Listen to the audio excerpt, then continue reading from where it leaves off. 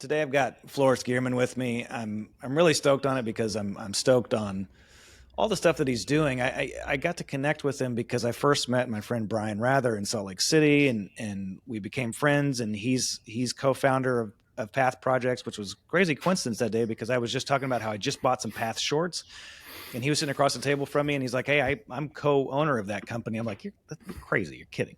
So we start to develop this friendship and then he kind of brought me in. He's like, "Hey, if we do something professionally together, you got to talk to this guy, Floris." I was like, "Oh, I've heard of Floris. I know who Floris is. I don't know Floris, but I've heard of Floris." And through the course of that, Floris and I have been interacting a lot. He's got a lot going on, and it's all stuff that I really like. I mean, just from top to bottom, the things that he has his hands in, or if he's doing it, it's something that you want to pay attention to. So before we go any further, though, Floris, thanks for joining me. You're in California, yeah, and I'm in France, so it's late for me. It's lunchtime for you.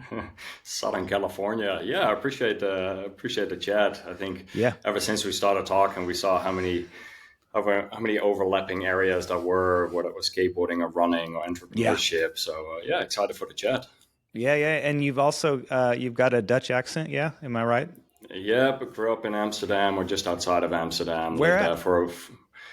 It's a place called Deventer. It's like an hour outside of Amsterdam. So I lived there until early 20s and then moved to the States to work in skateboarding.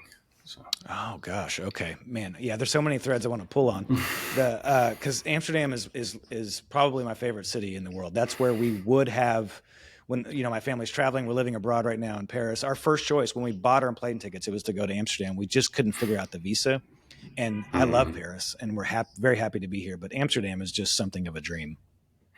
Yeah, it's good. There's a lot of good to it, and then again, I think every place comes with its own benefits, and sure. One of the reasons I actually moved out of it was that the weather here in Southern California was something I was really drawn to. As much as I loved living in the Netherlands, I'm such a sunshine person that I really enjoyed actually some more average sunshine than half a year of rain. So. Yeah. Well, you've got your hands in running from just about every angle, every part from coaching to apparel. You've got a vast network of what feels like friends more than even professional partners. Your name comes up. I was on the the podcast 10 Junk Miles, and he was talking about it. You just come up all the time. So how does everybody know you? How do you know everybody? Bring us into your world of running and your place in the industry, so, like you specifically, not even Path.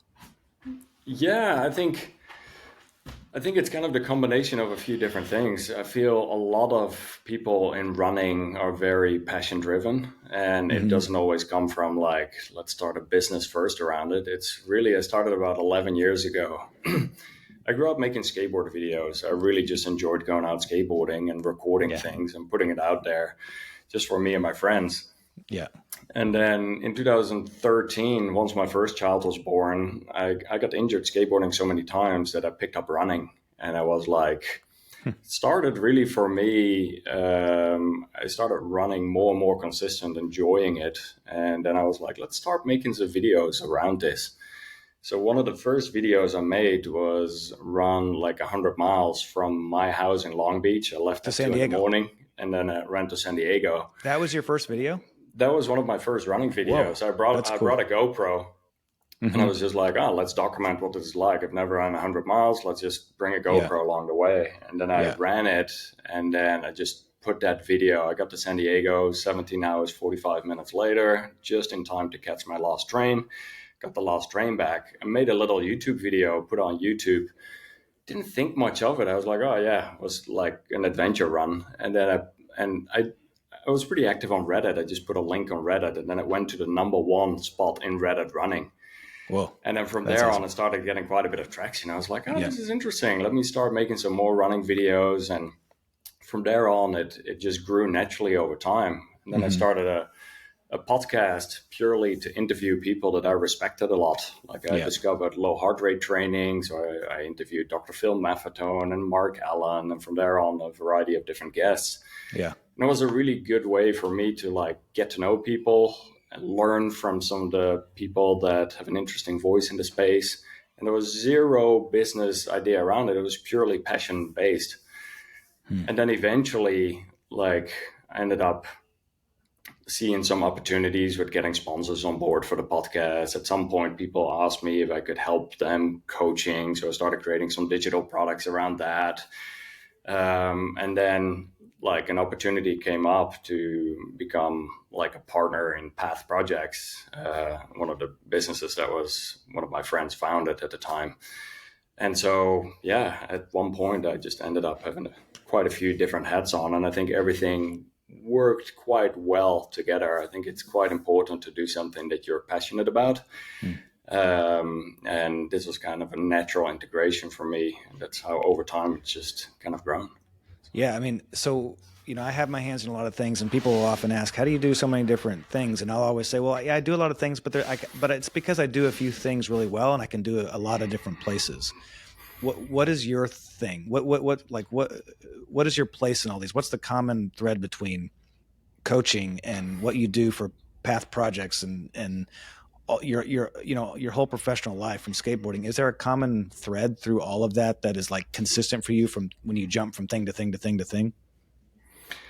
The funny thing is, like, it might sound like I'm jumping from thing to thing to thing, but I think a lot of people underestimate what you can accomplish in the long term if you just show up long enough and you just stick with it with the right reason, with authenticity, doing good in the world, and not thinking from like, this is going to make me this much money. No, it's like, do the right thing and the money part will fall into place. Like, I think it started when I first really wanted to work in the skateboard industry in America, and I didn't know anyone. I just said like, hey, I'll just move over there, work for free. Just give me the opportunity to work there for 6 months.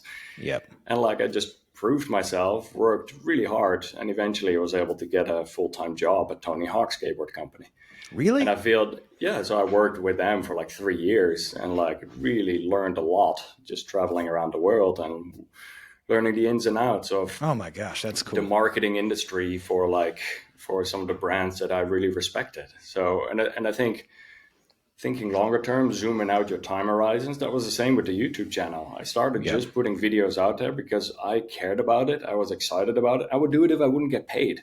Yep. And then interestingly enough, over time, you start gaining momentum with it and it becomes easier. And so I think the superpower might be like just patience and a longer horizon than some other people might have. And determination, keep showing up like one step at a time. You might not see the result right away, but as you zoom out further, like I think that's the same with the running progress. Very often, I think runners just want to qualify for the Boston Marathon in 4 months or in 6 months, where it's like, how about you go about training in a gradual, sustainable way? Go through a few races, gain race day experience. What is it like to get to mile 20? What is it like to finish a marathon and actually having some energy left at the end of a race if you pace yourself conservatively, being able to pass people at the end of the race? Yeah. You gain that joy and you run healthy, injury-free, and your race times will improve. So... Man, I think you've nailed it. Like when I would talk about, I was in coffee for a long time, and the question was like, hey, how are you gaining market share in coffee? And it's like, well, it's crazy. Actually, if you just do what you say you're going to do, when you say you're going to do it, you're actually ahead of 95% of the people. So the product was like, I believed in our product. We had a great product, but I was on time. Actually, the philosophy was early is on time is late is unacceptable. Like if you're just there, and you're present and you're listening and you're taking notes and you're adding value every time, and I love how you just connected it straight into running. And I've never done that until as soon as you said it, I was like, oh God, I don't treat my running that way. And that's probably half my problem. That's it. I've literally come to realize that over the years, as we now have had like thousands of runners from across the world going through some of our like digital coaching programs. Like we have people from 60 countries and we jump on Zoom twice a week. And for years, we just hear like what's working, what's not working.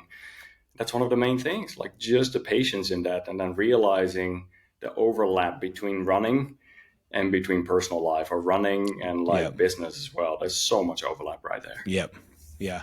Well, I mean, let's talk a little bit more about that when it comes to Path. I mean, disclosure, of course, if you've listened to this podcast at all, you've heard me talk about Path.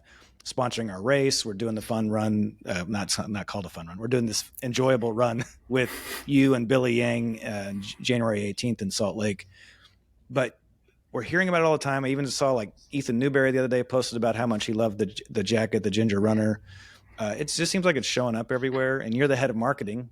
So how are you getting this message out there? I mean, the product is fantastic. I mean, I'm not just saying I wouldn't work with someone whose product I didn't really genuinely love, but like it seems like you're just gaining market share quite a bit right now. Like what's the plan? Like what goes to your head? How you do? Is it just pulling through your network? Like how are you getting it out there the way that it's out there right now? I think you kind of like mentioned the one part that's most important in this entire equation is that you love the product. Yes. And at the end of the day, if the product is really good, eventually the word will travel through that. And sometimes we see, if you want to scale a company really rapidly at the beginning, but your product is not up to par, like people are going to have a negative experience with it. So at the beginning, when Path just launched, there was a tremendous amount of product testing. This was iterations on product. It's not rushing to put a product in the market, but actually truly, like one of the slogans we have is mountain tested running apparel. I love it. And like we put it through the rigor in like extreme conditions, people get to test it. And then if it works in those conditions, then typically in the shorter distances, in the shorter races or training runs, it will work quite well too. Yeah. So for us, it all starts with having the best product, not going cheap on the fabrics, like making sure that there's a lot of quality control with that. Yeah. And then from there, going back to some of the things we talked about earlier, like not rushing through through the process. So we first started seeding product to the right people. And these were all like, for example, you mentioned Scott Gummer from 10 Junk Miles. He was a friend of mine. So it was like, all right, let's send him some product and he will naturally talk about it.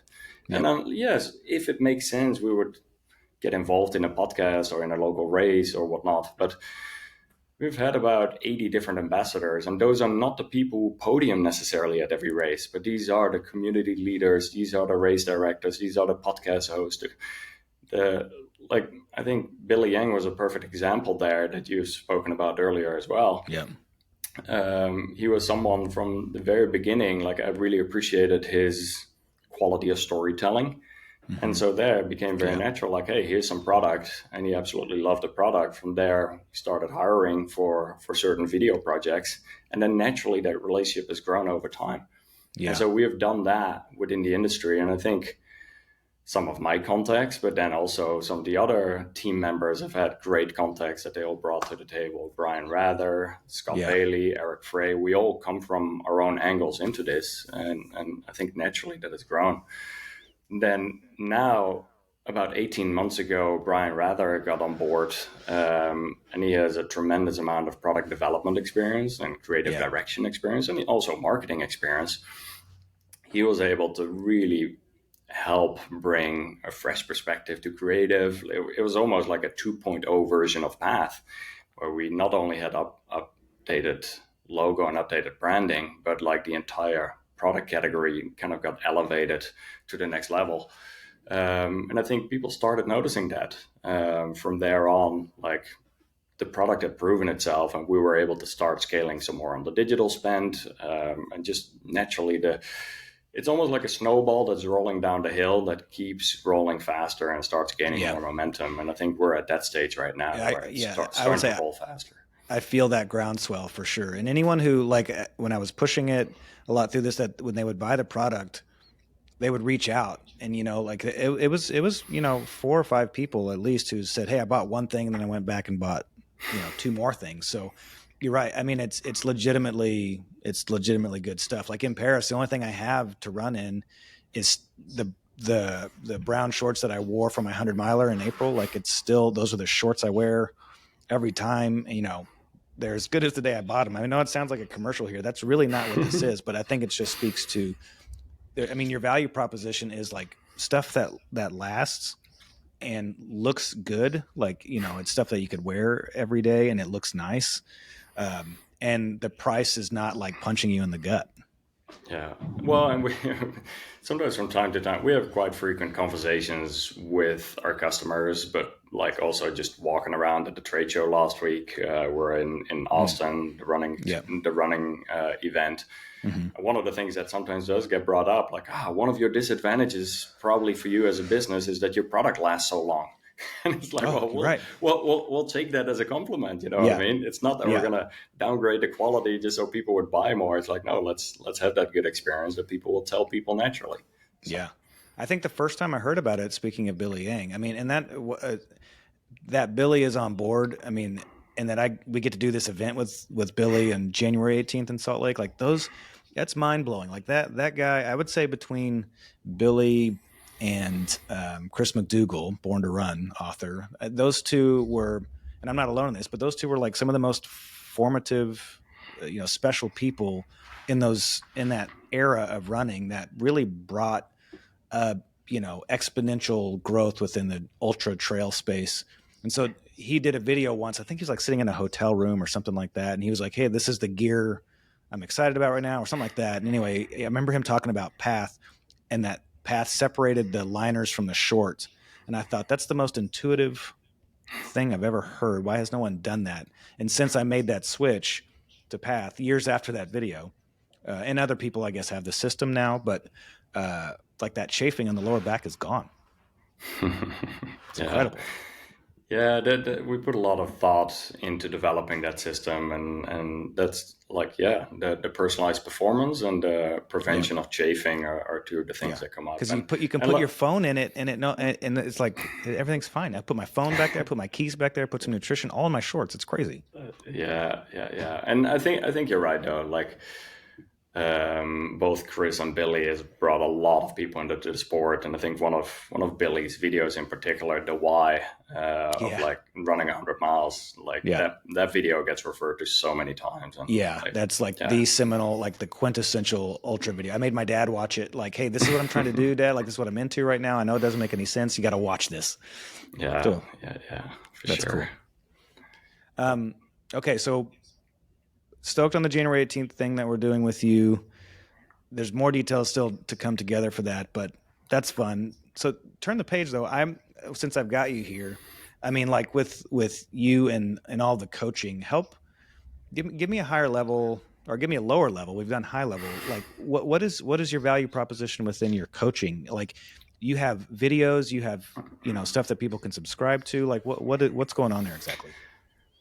I will kind of explain how it all started. Is in 2013, I kept like trying to improve in running. I kept trying to run, and I wasn't really going anywhere. As in, I was running way too hard. I was running a lot of zone 3, zone 4, like often out of breath, often injured. Yeah. And it was pretty inconsistent because of that. And it was in 2013 that I listened to a Trail Runner Nation podcast where they interviewed Dr. Phil Maffetone. Okay. And he talked about low heart rate training, and that changed everything for me. Meaning, like, for you to learn how to run faster, actually slow down in most of your training runs or in all of your training runs for several months. You will start becoming faster at the same heart rate. I was like, this sounds kind of counterintuitive, but let me give this a try. He mentioned some of these examples of other athletes.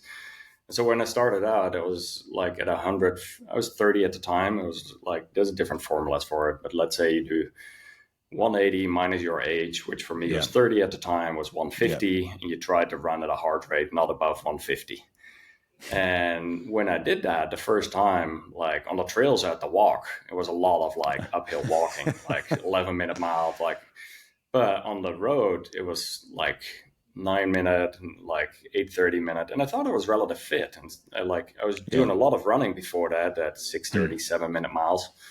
So I had to slow down by several minutes per mile. But then after a month of running only at low heart rate, at the same heart rate, I improved by more than 30 seconds. And I was like, this is interesting. Like, so it becomes more efficient. You develop your aerobic system. And so you use more energy from your body fat instead of from your glycogen. Is there hope And for so, I'm 41, almost 42, and I've never really leaned into that. Is it too late? Am I too late? no, absolutely not. Okay, Like good. there's a lot of people in their 50s, 60s that are running their personal best times Okay. purely based on the fundamentals of slow, like, and that's the thing. Like you guys are doing like trail runs, ultra runs, longer distances, in Yeah. particular there. Like I know you've had some challenges sometimes on some of Yeah. your longer races with your gut even. Yeah. And I've had, Yep. like, I honestly meant to talk to you about this at some point. It's like, hey, you might want to look at what is your actual heart rate that you're running at? What is your lactate buildup? What's happening in your Yeah. gut at what point? So I think if you can even improve your aerobic pace and bring that down over time, because for me, like it took about 3 months and I started seeing a significant drop. Made my runs more enjoyable, was able to recover very quickly, had a lot of energy, didn't have that crashing out on the couch in the afternoon because I was out of energy in the weekends. Like I could do a long run and still function that day, hang out with my kids. Yeah. And there were like the risk of injury goes down significantly. So that was kind of the angle that naturally over time, in like an 18-month period of time, I just improved a lot in my running and I just documented that.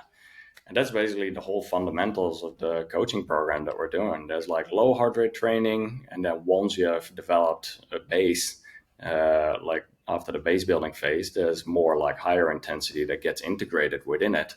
But it's super holistic. It's not like David Gargan style, go kill yourself in training, but it's kind of like more of a gentle approach of like being flexible in the training, like a bit of a day-to-day adjustments if needed. But at the other hand, also like slowing down the majority of it and be able to push when you're ready for that. And over time, we see a lot of people who said like, for 10 years, I tried to qualify for the Boston Marathon, never hit it, always missed it. And now all of a sudden I broke like the BQ area by like 10, 15, 20 minutes. Wow. And like literally people crying on some of these conversations of like, I never thought this was humanly possible. And here I am in my 50s or 60s running injury free. Yeah. And so these things are very meaningful. It goes much beyond, like I was saying earlier, it's not the financial, like it's like you're making a positive impact in other people's life because it has made such a positive impact in my life. Like all I want to do was kind of get a stress relief from work life, from family life. And instead of like going out and killing yourself in workouts and coming back completely beat up, it's actually like a stress relief to go on some of these runs and enjoying a more holistic approach to running. So. That's beautiful. I've last 12 years, it's been all trail and, ultra. Because of where I'm living now, kind of in the periphery of Paris, like in the heart of it, trail is just not it's just not possible. But I am on the wait list for something called Eco Trail Paris, which is a super cool race that ends at like running up the Eiffel Tower. So if I get in, I'll probably suffer through that. But I'm optimizing for the Paris Marathon. I'm in, and so I'm optimizing for that. And so what are we at? We're about 4 months of training on that, and I want to like. The number I have in mind is 345. That would be a big accomplishment. That would be a personal best by a long shot, because the first time I ran one, I was no idea what I was doing. But now I'm going into this thinking, hey, this is my life. I live right by the river here, where it's a good place to run, and I want to get a 345. So from that level, like into the other old men like me who are here, like, and maybe like you, but you don't have as much gray there. How do you start to think about your personal best? Like, what's your first step towards your personal best? Because that's where I'm at right now. What's my first step? So I would first, like, if you really, like in your case, like, all right, I got 4 months to train.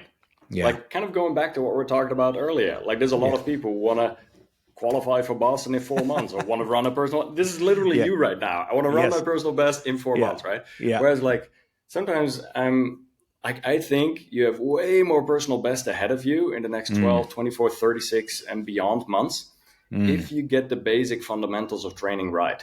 Yeah.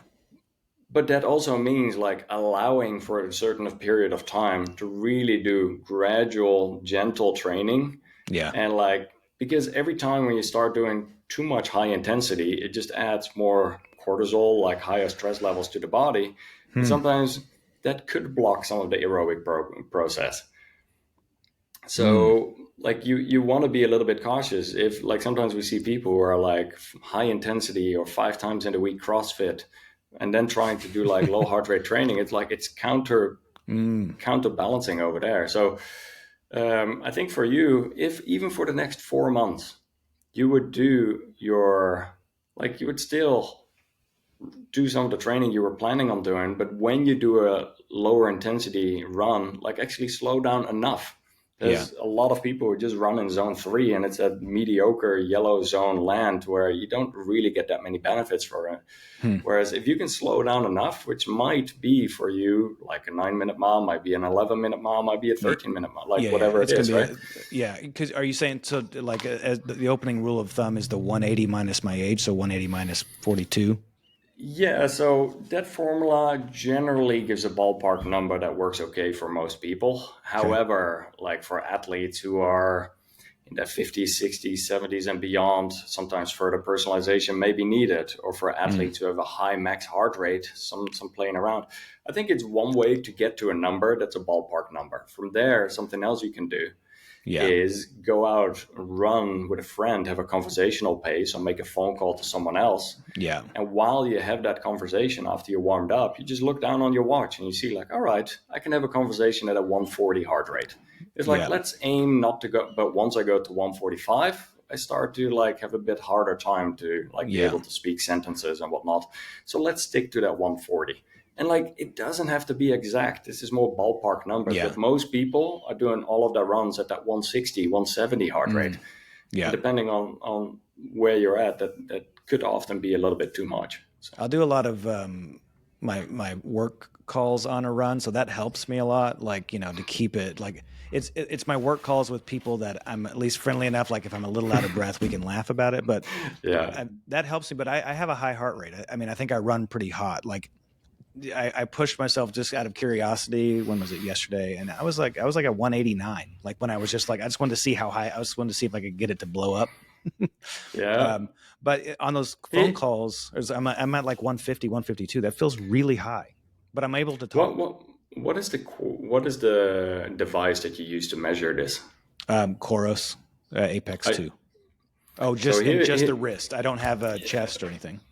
So as much as I'm a fan of Coros and like funny enough, I'm literally working out of the Coros office right now. That's fun. Okay, so you at least respect them. No, like I have a lot of respect for them. That being said, we have found that external heart rate monitors, whether that's an armband like Coros and Polar and some other brands are making these armbands, or whether it's like a chest strap, they are often more accurate. Like yes, the optical wrist heart rate monitors have come a long way, but I still see discrepancies of sometimes 10, 15, 20 beats. And this could be that it picks up your cadence. It could be that it picks up like, and like how tight you have it around your wrist. Like all of these things come into play. So one of the first things that we say is if you want to train with accurate heart rate, get an external heart rate monitor. So this might actually be eye-opening for you as well.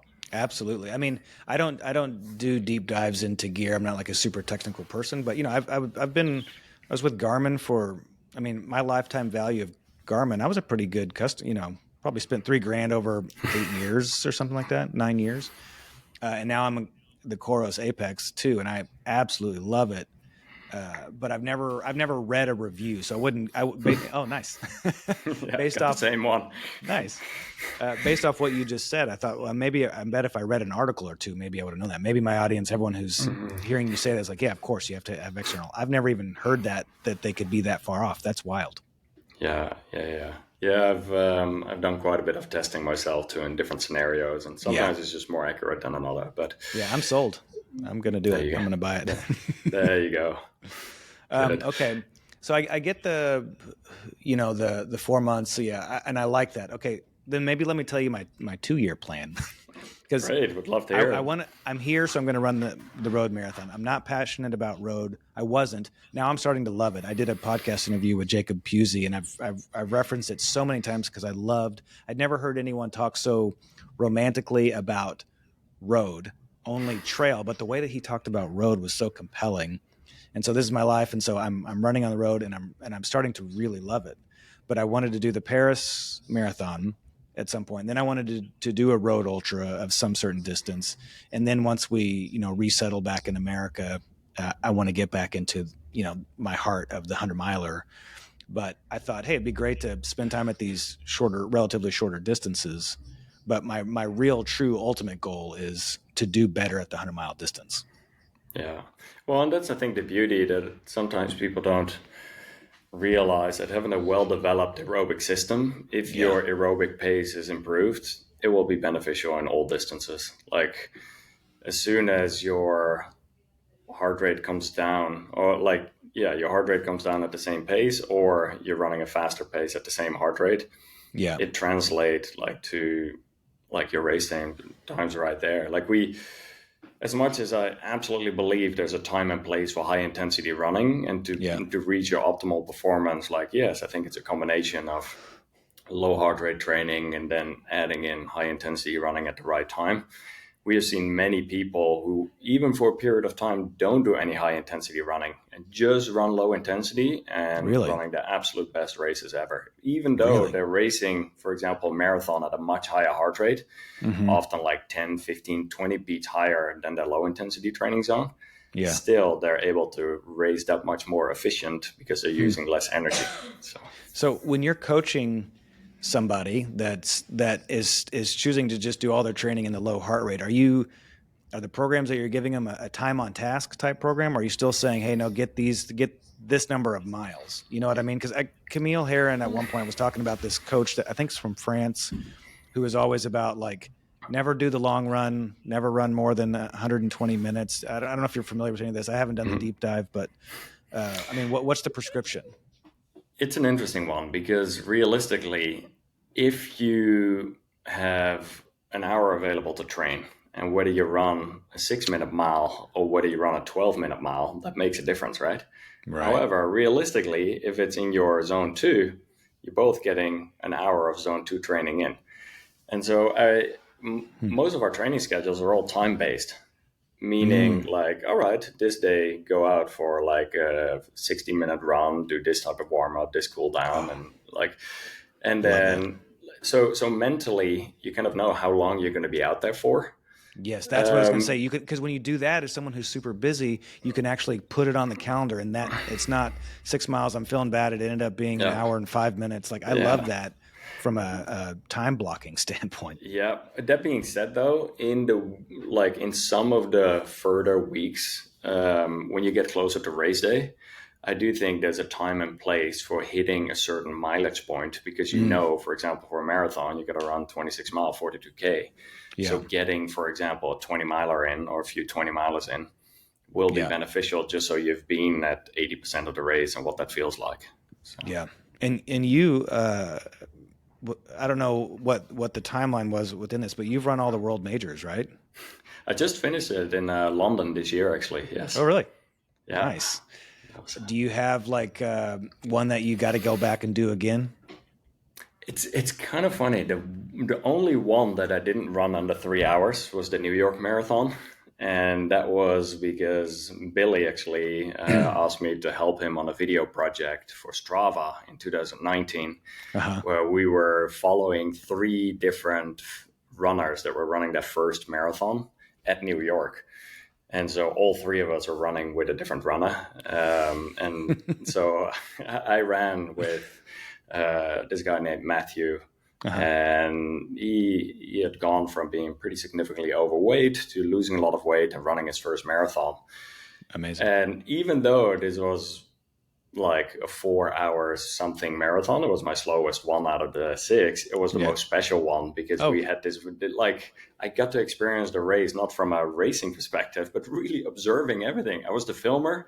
I got to run relative comfortable pace, and I was able to enjoy this experience like nothing else. And he had lost his dad previously, and this run was dedicated to his dad. So we were literally both running through Central Park, tearing up and literally both crying while we're running those last miles through Central Park. And that was just such a special experience. That was one of my favorite races there. Well, the question that was coming to mind that I think you put to rest was, was the psychology hard for someone who can run sub 3 to run a, over 4? But it sounds like the trade-off was a really special moment. It really is. And I think there's a lot of people who are so focused on their race times. Yeah. And funny enough, I interviewed Dr. Rangan Chatterjee from the UK on my podcast last week, and we had a deep dive into this topic of conversation that a lot of people attach their identity to their race times. Like, if I hit this race time, I'm okay, I'm enough, I'm this, I got this identity. Yeah. Versus like going for the experience. And the longer I've been running, the less I care about my race times, to a point that the reason I'm also more and more drawn to trail running, like I've run 50 road marathons, I've done trails, I've done ultras. Yeah. I don't have the desire to try to go out and try to break my PB at this point and train 80 or 90 miles a week. I have 2 startups, I have 2 young children. I just don't have the bandwidth to train that many hours a week. Yeah. But if I go out on the trails, like, first of all, I think when you're racing on the trails, it's not apples to apples. You're not comparing yourself to this time on a flat marathon course that you've done at this time or like at this age. And so I think every race is different, and like just the joy of a sunrise trail, regardless of whatever time it is, it's a much different experience. Yeah, for me, the reason I'll trail run until I can run no longer is because there's a deep like soul work that happens there. That's like you're saying, if I'm at mile 30 of Zion, I cannot compare that to mile 30 of Wasatch, and so I'm at peace. Whereas 100%. The road, I can already feel it. It's like I'm gonna be thinking about what are my benchmarks and how does it compare to my Salt Lake City marathon that I did. And no judgment. It's just 2 different animals that are existing within the same sort of kingdom, of we've got our road. I've got my road brain and I've got my trail brain. My trail brain is like a very healthy brain. My road brain is like trying to find its lane. You know what I mean? Totally know what you mean. Yeah, it's apples to apples, not always at that part. And I think even on road races though, like the one year it could be warm, the other year it could be cold and windy, and even there, like what we have going on in our daily life is so different from year to year. Yeah. And so sometimes it's just all about what is the best that we can do on race day, given our circumstances, given our like whatever we have had leading up to that race, right? So, yeah. Where do you go after 50 marathons and what you've done? Like where is your personal ambition in running right now? It's a good question. Funny enough, they just added the Sydney Marathon as a 7th world major. So that's where it went. So I did have a conversation with my wife last night saying like, do we want to go to Sydney with the family next year? But then again, you have to get through the lottery and find a way to get in, which honestly, I'm kind of drawn to doing some more backyard adventures. I'm like, so at the beginning of every year, it's not necessarily let's sign up for this race. It's last year I sat down with Ryan Hall in Flagstaff and we recorded a podcast about excitement in training and in racing, and he really talked about following what brings you joy. That doesn't have to be the next road race, that doesn't have to be the next trail race. And that really got me thinking. Last year we did an adventure where we swam a mile in the ocean. We rode our bike 85 miles to Mount Baldy over in Southern California, and then we ran up and down Mount Baldy.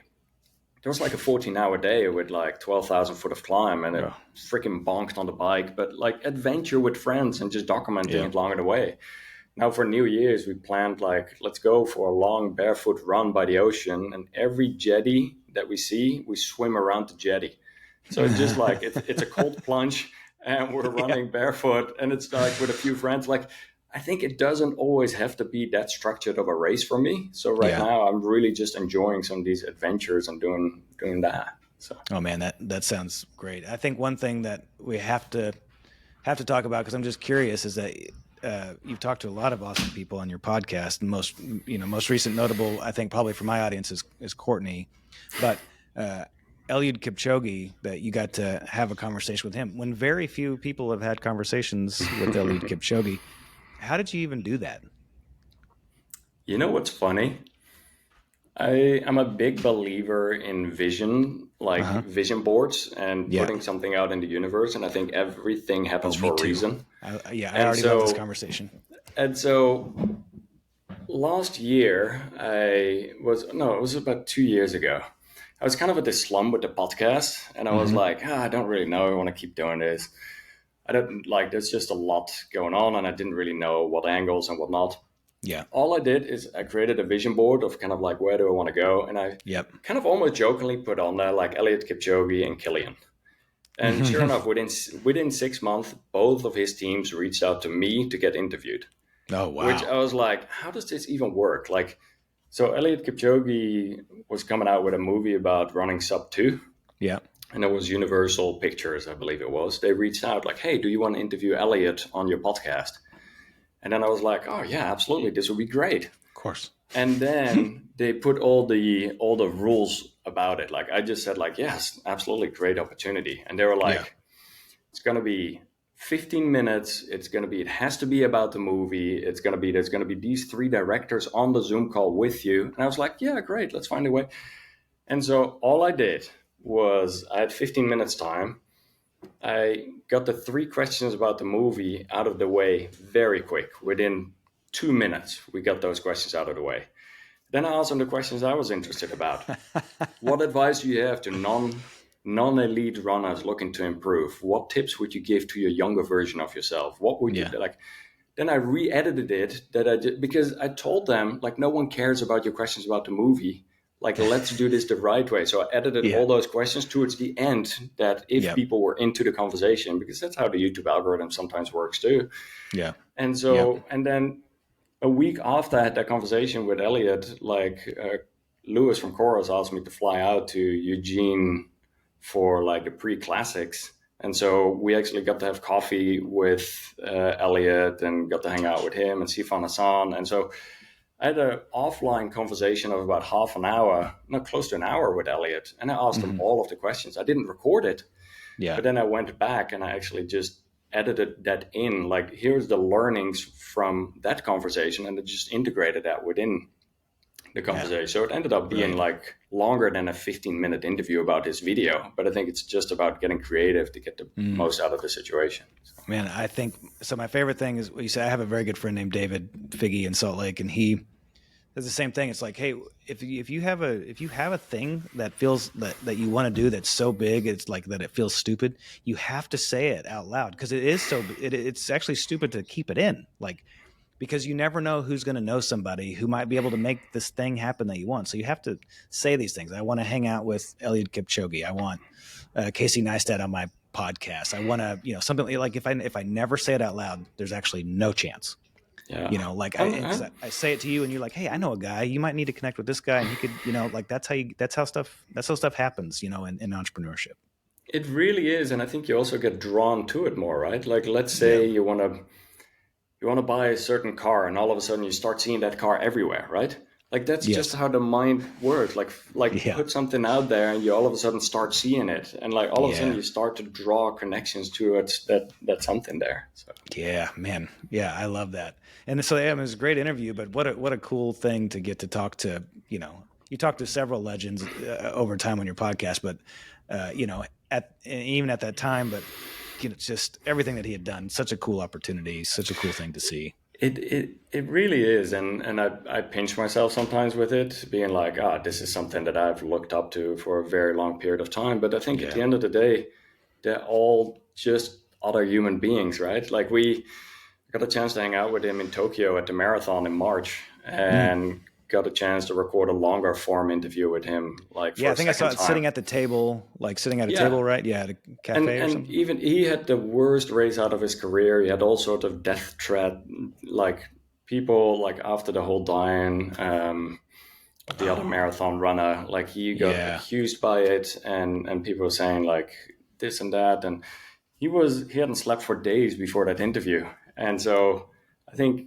Treating someone just like another human being who just had a poor race experience. So all I did is I walked into that conversation And it was like, oh, nice to see you again. And like from one dad to another dad, like, hey, here's a drawing from my kids that they made for you. It's the four of us running together with you as well as a family, and we're all holding hands. Because my kids like really like look up to you. Yeah. And he was like, it just kind of level sets the situation to like, here's just two people having a normal conversation. So, yeah, I think someone at his echelon, like the upper echelon of echelons, he's doesn't often get treated just like just another guy, you know? And so I think that's what a great way to approach those conversations. No, I think it just brings the best out of people when they can feel comfortable instead of being nervous of like, why did you not race well at Tokyo? What went wrong? It's like, no one cares about that. Like, it's like, let's have a human conversation here. So. Yeah. Okay. Final thread before we wrap up. The skateboarding connection. I was a skateboarder growing up. I loved it. I was like a skate kid who was into punk rock as well. I don't know, in well, no, you were in Amsterdam growing up skateboarding. Were you like a skate punk kid? Were you hip hop? What were you listening to? What was your life? Yeah, it was definitely hip hop. There was a lot of Nas and whatever, Wu-Tang. It was the variety, gangster. And it was... growing up in Amsterdam, I actually ended up working at one of the biggest skate parks and skate shops over there. It was called Burnside in Deventer. So yeah, we would be skateboarding every day at the park and setting up the skate contest and all of that. So there's great skating around Paris. I'm always shocked because where I grew up in West Texas, there wasn't much skateboarding. Like we had a little skate park, whatever. But the amount of just like skateboarding in the city, all of a sudden, like here at Republiek, like there's just all of a sudden there's ramps. And same thing in Copenhagen. We spent the summer in Copenhagen. All of a sudden there's a half pipe. Like it's just like it's a culture that welcomes it compared to certain cities in Texas, you know, Fort Worth, Dallas. Like it wasn't terribly receptive. Totally. Like I think French Fred and the whole S video, Manic Matty, like a lot of videos have been filmed in Paris. So there's so many great skate spots there for sure. So good. And you mentioned him earlier, Jeff Rowley, right? Your old buddy. What's the connection there? Did you work with? Did he skate? Who did he skate for when you were working at Tony Hawk? Flip Skateboards. So I became the marketing manager for Flip Skateboards. We at the time for 3 years we just traveled around doing skateboard tours together. So I would be in charge of setting up, like we did a skate tour early 2000s that was a Flip firm skateboard tour, and it was like 20 pro and am skateboarders like Tom Fanny, Mark Appleyard, Bastian Salabanzi, Jeff Rowley, all in vans, like just going to skate parks, autograph signings, and I was the one helping set that up. So we spent a lot of time together. And then later on, I went to Volcom to become the marketing director there. We did a lot of. We went to Japan together. Went to like the UK. We did screen printing tours. We would go to like skate shops, set up screen printing for blank T-shirts. I love and those customize all of that. It was super grassroots, but I think the more one-on-one connections we had with customers, like. Do those events like many times and you do build up a lot of grassroots organic connections. Yeah. So. I mean, when you think about And One basketball, what they captured, they were the heart of basketball. That's what inspired Borderlands to be the heart of trail running. Like that's where it came from. It's like this antithesis to the NBA. Even though And One became this massive thing, I always thought that And One borrowed from skateboarding culture.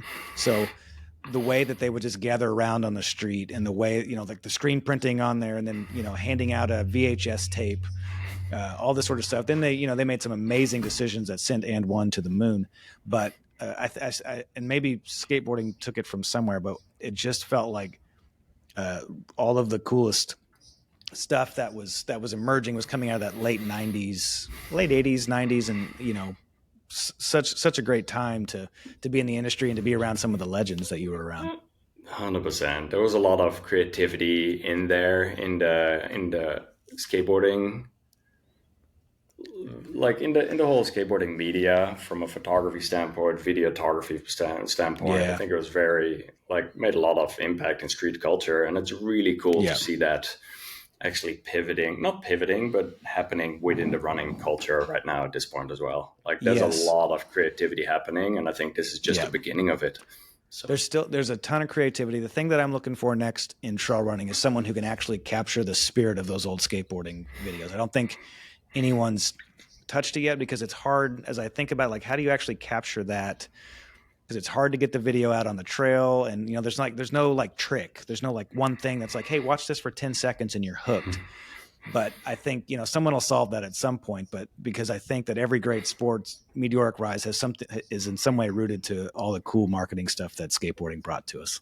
it really is. And I think sometimes the footage that's happening inside a skate van, like that is about as roots and organic as it can be. And I think even not necessarily always having the documenting of like just purely the run, but it's also what's happening before and after the run, or in those little moments. That's not easy to capture, but there's definitely and that's the birth of Jackass. Like that is like there's those dudes skateboarding, and it was like, oh my gosh, look at this crazy stuff we do. We should put a camera on this. Like that emerged out of it as well. Like, and I love the way you put it. It was it's hanging in the van. It's let's do something crazy, and then you capture it. But man, well, all right, hey Floris, I know we got a hard stop here. I want to respect that.